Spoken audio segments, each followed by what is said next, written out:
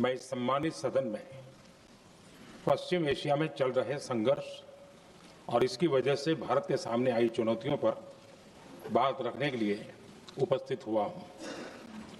इस समय पश्चिमी एशिया की हालत चिंताजनक है।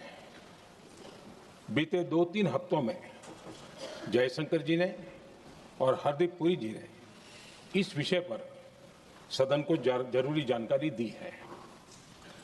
अब इस संकट को 3 सप्ताह से ज्यादा हो रहा है। इसका पूरे विश्व की अर्थव्यवस्था पर, लोगों के जीवन पर बहुत ही विपरीत असर हो रहा है।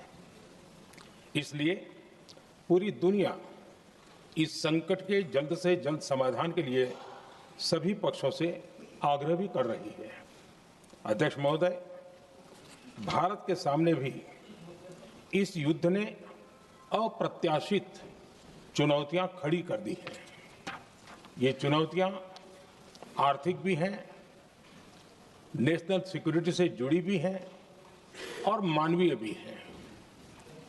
युद्धरत और युद्ध से प्रभावित देशों के साथ भारत के व्यापक व्यापारिक रिश्ते हैं। जिस क्षेत्र में युद्ध हो रहा है वो दुनिया के दूसरे देशों के साथ हमारे व्यापार का भी एक महत्वपूर्ण रास्ता है। विशेष रूप से कच्चे तेल और गैस की हमारी जरूरतों का एक बड़ा हिस्सा यही क्षेत्र पूरा करता है। हमारे लिए ये रीजन एक और कारण से भी अहम है। लगभग 1 करोड़ भारतीय खाड़ी देशों में रहते हैं और वहां काम करते हैं।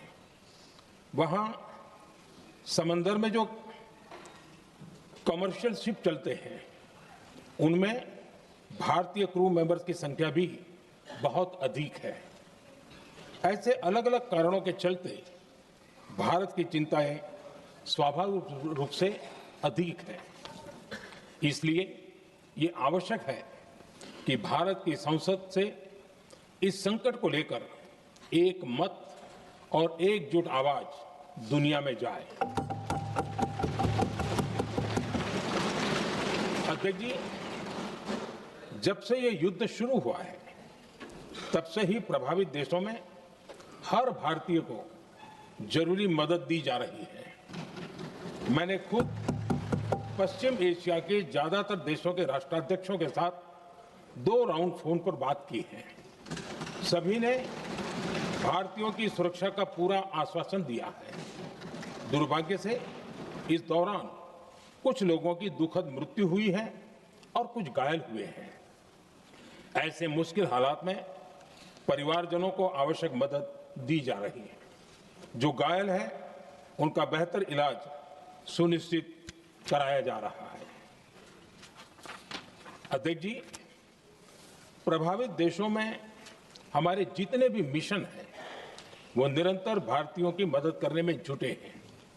वहां काम करने वाले भारतीय हो या फिर जो टूरिस्ट वहां गए हैं, सभी को हर संभव मदद दी जा रही है।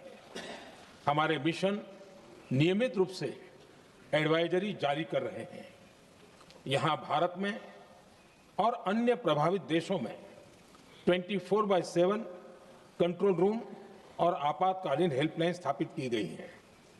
इनके माध्यम से सभी प्रभावितों को त्वरित जानकारी दी जा रही है।